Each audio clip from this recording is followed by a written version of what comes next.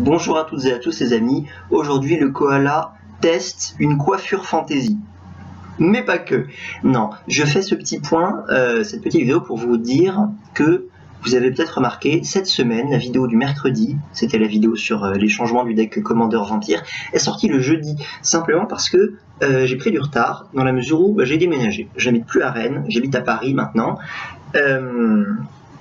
Donc la vidéo est sortie jeudi, simplement parce que j'avais pas de connexion internet pendant 24 heures. Maintenant, c'est revenu dans l'ordre. Il y aura toujours une vidéo Magic le mercredi et une vidéo Magic le dimanche. Et quand j'aurai le temps, ou quand j'aurai un petit peu des choses à vous montrer, un petit sujet, un épisode du Pokédex, une chasse aux monstres, quelque chose, ce sera une petite vidéo qui sortira le vendredi. Voilà. En tout cas, mercredi et dimanche, ce sera une vidéo Magic.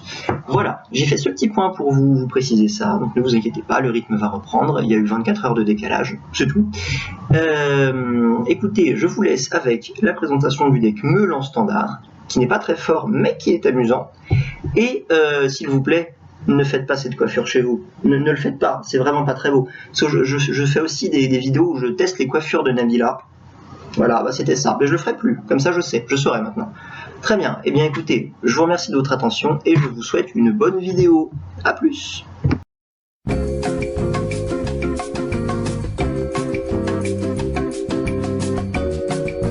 Bonjour à toutes et à tous les amis, bienvenue sur la chaîne du koala, etc. Vous avez déjà vu ma petite vidéo d'intro. Donc effectivement aujourd'hui on va parler ensemble du deck Meule, un deck bleu-vert Meule, plutôt contrôle quand même, contrôle avec une combo pour meuler ensuite, que j'ai créé en standard. Je préfère vous prévenir tout de suite, le deck peut être amélioré encore, il n'est pas, de toute façon il n'est pas très fort, mais c'est rigolo, et si vous arrivez bien à contrôler, ça peut passer. Évidemment, lorsque l'âge de la destruction a été, les cartes de l'âge de la destruction ont été révélées, on a tous vu celle-ci, la lucidité effilochée. Cet enchantement que vous mettez sur un joueur qui dit que à la fin de chaque tour, chaque étape de fin, donc la sienne aussi, hein, le joueur adverse va meuler X cartes, X étant le nombre de cartes qui ont déjà été mises dans son cimetière ce tour-ci. Donc pas seulement les cartes que vous lui avez meulées, mais aussi les cartes, je sais pas, si vous lui avez tué une créature, si vous lui avez contré un sort, et bien ça va aller dans son cimetière en plus, et x2. Mais évidemment, le meilleur moyen, ça reste de lui meuler, je sais pas, 8 cartes par tour, et d'en remeuler 8 avec ça, et ce qui fait que vous arrivez à 16 cartes par tour. Ça, c'est possible. Donc ça, c'est un deck un petit peu basé sur cet enchantement-là, que je vais laisser de côté pour l'instant. Maintenant, la combo pour meuler, je vais vous l'expliquer. Il y a plusieurs cartes de meule, hein, mais nous, on va utiliser celle-ci. Le ruisseau hypnu, là, le désert qui arrive dégagé. Perdre un point de vie pour ajouter un mana bleu, on s'en fiche, c'est pas grave du tout. Et donc, effectivement, quand on sacrifie un désert, on peut meuler 4 cartes au joueur ciblé. Donc vous imaginez bien qu'avec ça, mais évidemment, ça fait 4 x 2, ça fait déjà 8 cartes. Maintenant, le but, ça va être d'abuser du pouvoir du ruisseau hypnu. Pour ça, vous avez vu qu'il y a pas mal de déserts, et nous, on va choisir celui-ci, la dune des morts, un désert qui fait un terrain incolore, donc évidemment, on en joue 4, une petite unco, et quand elles sont mises dans le cimetière, vous gagnez un zombie de 2. Le zombie, c'est celui-là, là. Pouf, voilà, un petit zombie de 2. Ce qui fait que, en même temps que vous meulez votre adversaire, vous gagnez un zombie défenseur, et c'est intéressant parce que cette capacité, là, vous pouvez l'activer en réponse à une phase d'attaque de votre adversaire. Donc vous pouvez générer un bloqueur pile au bon moment pour bloquer les attaques de votre adversaire. Donc effectivement, l'idée c'est, c'est possible en tout cas, de créer un bloqueur quand votre adversaire attaque. L'avantage c'est que si votre zombie, ou si n'importe quelle autre créature avait été en jeu avant, votre adversaire aurait peut-être eu un moyen de la gérer avant d'attaquer, et ensuite de réussir à rentrer tous ses points d'attaque. Là c'est pas le cas, puisqu'on va créer un zombie. On pourra même le faire plusieurs fois dans le même tour, mais on va voir comment. Et donc vous voyez qu'on va sacrifier les dunes des morts. Évidemment on a d'autres déserts à sacrifier, hein. On joue aussi les déserts bleus et les déserts verts. On en joue 4 de chaque. Je vais vous parler des manas ensuite. Et donc au bout d'un moment, si jamais on n'a plus de terrain, la troisième pièce de cette combo, j'ai envie de dire, c'est l'excavatrice de Ramunap. La seule carte rare qui coûte un peu de sous, même si elle est en train de baisser, qui dit qu'on peut jouer des cartes de terrain depuis son cimetière. Donc vous l'avez compris, le but évidemment c'est d'avoir ça en jeu, ça et puis quelques terrains, quoi, tour 6, 5, 6, 7, ça peut être mis en place. C'est évidemment de votre adversaire attaque, hop, ruisseau hypnu, vous lui meulez une carte, vous sacrifiez ça, ça fait des terrains, ça fait des zombies, pardon, et ensuite, pendant votre tour, vous irez rechercher les dunes des morts que vous avez sacrifiées avec l'excavatrice de Ramunap. Ce qui fait que, donc vous pouvez pas évidemment pas jouer de terrain pendant le tour de votre adversaire, mais vous pouvez bien abuser de l'excavatrice pendant votre tour à vous, et ainsi meuler, proquer, je sais pas, 2 fois l'effet du ruisseau par tour. C'est à peu près 2 fois la bonne moyenne que je réussis à faire. En sacrifiant 2 dunes des morts par tour, ça vous fait 2 zombies de 2, soit 2 attaques adverses bloquées, et 8 cartes adverses meulées. Et s'il y a la lucidité Finoché en plus, ça fait 16 cartes meulées à votre adversaire par tour. 16 cartes, vous avez 16 x 2, ça fait 32, x 4, ça fait 64. On a dépassé les 60 cartes, donc potentiellement en 4 tours, évidemment ce sera moins, parce que votre adversaire aura déjà pioché des cartes lui aussi, en 3 tours, c'est réglé. Maintenant, il faut avoir mis le truc en place. Donc, maintenant je vais vous parler bien des autres cartes et de comment est-ce qu'on se démerde pour mettre la combo en place.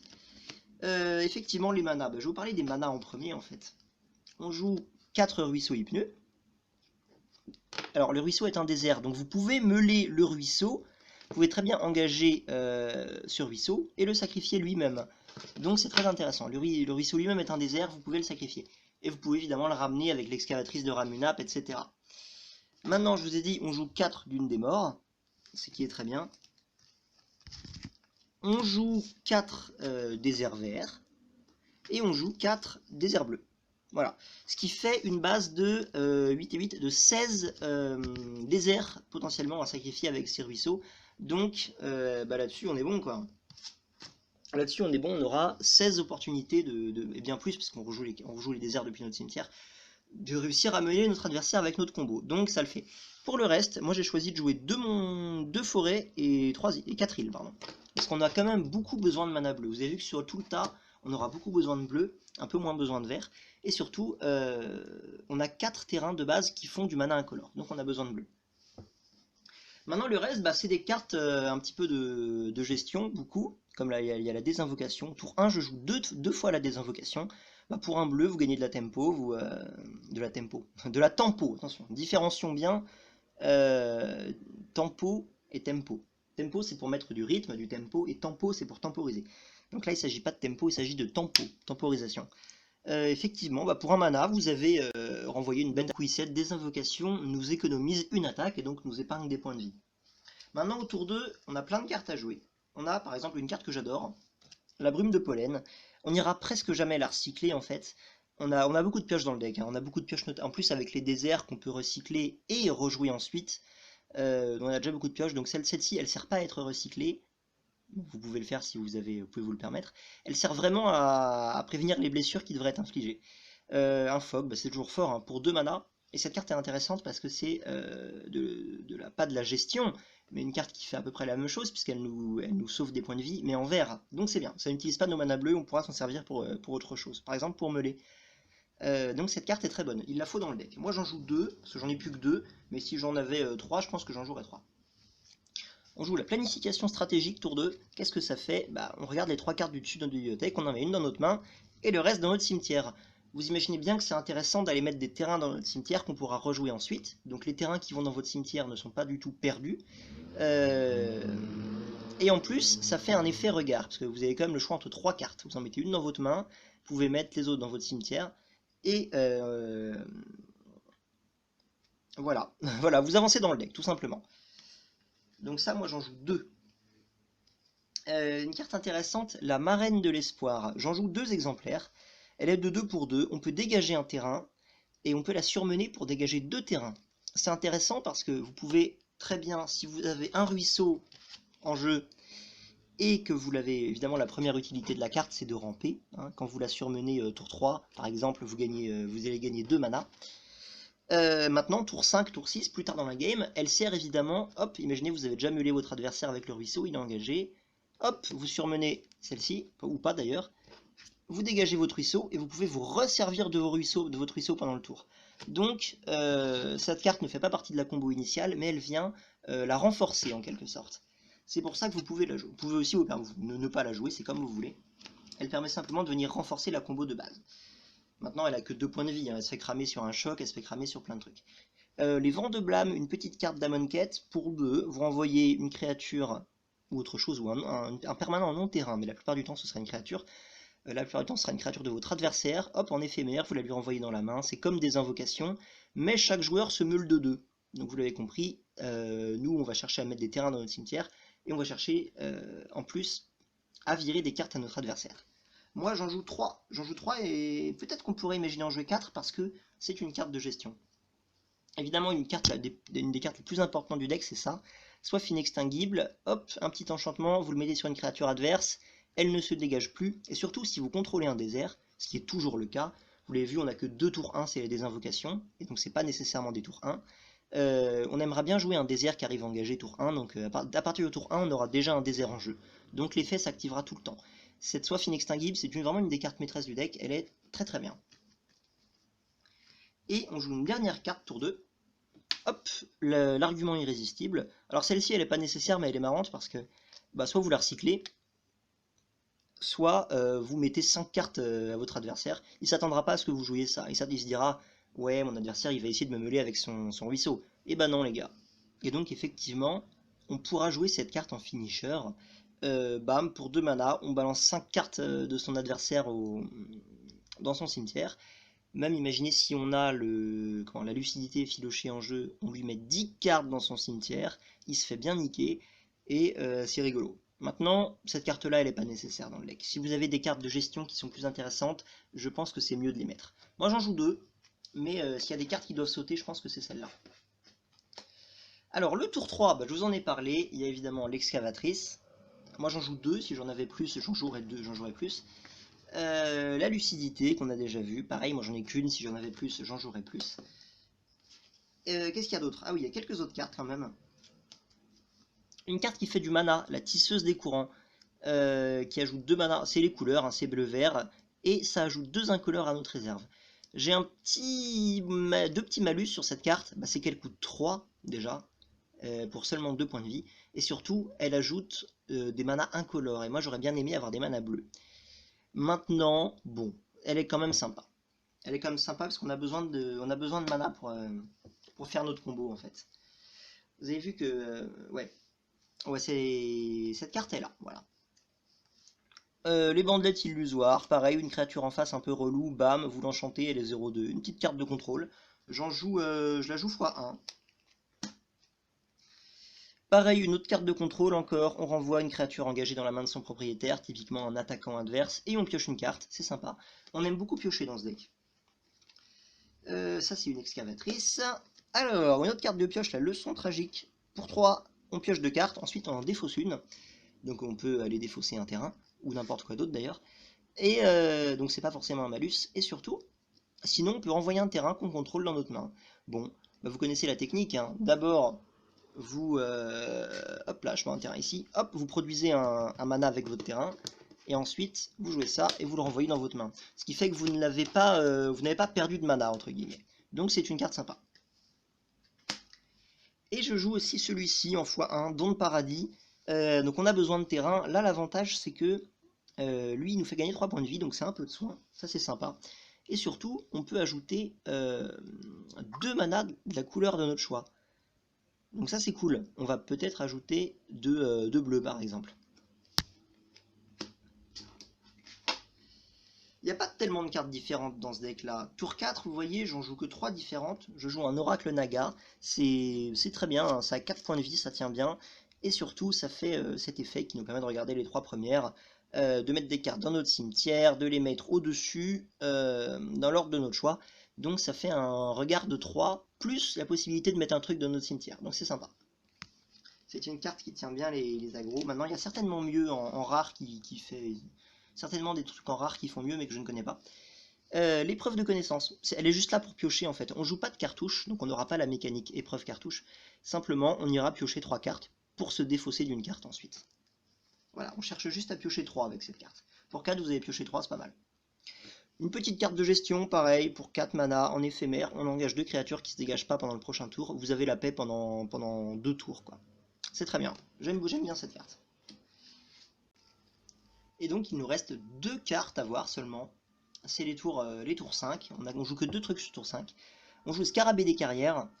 Il est 4-5 pour 5, et quand il arrive en jeu, on peut mettre sur le champ de bataille un terrain de notre cimetière.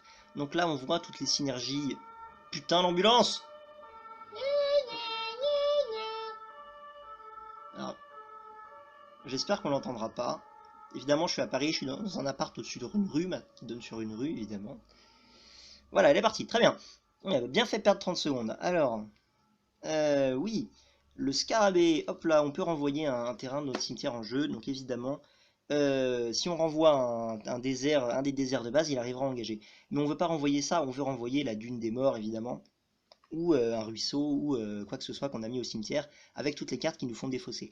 Par rapport à l'excavatrice, bah, évidemment, elle coûte 5 au lieu de 3.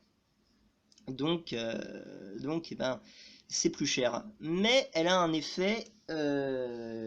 Son effet est intéressant parce que l'excavatrice nous permet de jouer des terrains depuis notre cimetière, mais ça reste la règle des un terrain par tour. Lui, quand il arrive en jeu, hop, on en prend un et on le pose en jeu. Donc on a gagné potentiellement 2 terrains dans le tour. Donc elle a un petit peu de malus, un petit peu de bonus par rapport à l'excavatrice. Maintenant, c'est mieux de jouer des excavatrices, je pense, hein, tout simplement parce que ça coûte 5, et à partir du tour 5, on veut commencer à faire notre combo. Maintenant, moi j'en joue 3, et elle a quand même 5 points de vie, donc elle défend bien. C'est comme une grosse bête, hein, 4-5, ça défend bien.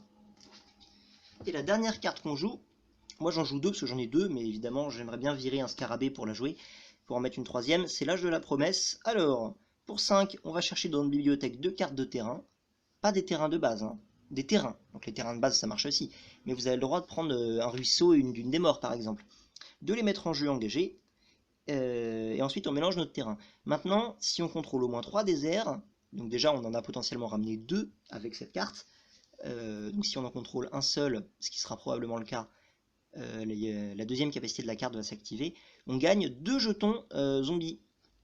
Mes petits jetons ils sont là. Pourquoi est-ce qu'elle est bien cette carte? Bah, parce que effectivement c'est de la rampe, et surtout ça nous permet comment dire, bah, d'avoir des défenseurs en même temps. Donc pour 5 mana on a eu 2 effets, ce qui est plutôt pas mal. Donc ce deck là c'est le deck meule. Vous avez vu que c'est un deck qui cherche à ramener des terrains, qui cherche à des moyens de gérer les créatures en face, et bah, qui cherche simplement ensuite à tuer son adversaire en meulant. Pour l'améliorer, je pense qu'il faudrait peut-être mettre des... Déjà, il y a les cartes de Ixalan qui vont arriver le mois prochain. Donc, ça peut être intéressant. Je les ai pas du tout toutes regardées, hein. J'aime pas trop me regarder les cartes avant.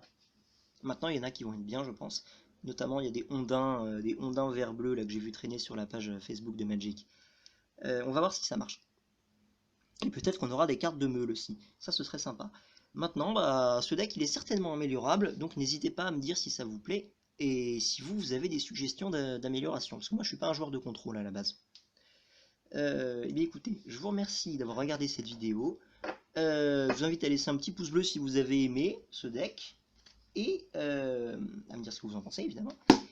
Et je vous dis à la prochaine sur la chaîne du Koala. Et je ne sais pas encore ce que je vous présenterai, mais j'ai encore plein de decks à vous montrer, plein de trucs, dont je peux vous parler, avant la sortie évidemment d'Ixalan, et du deck dinosaure et du deck pirate, les gars.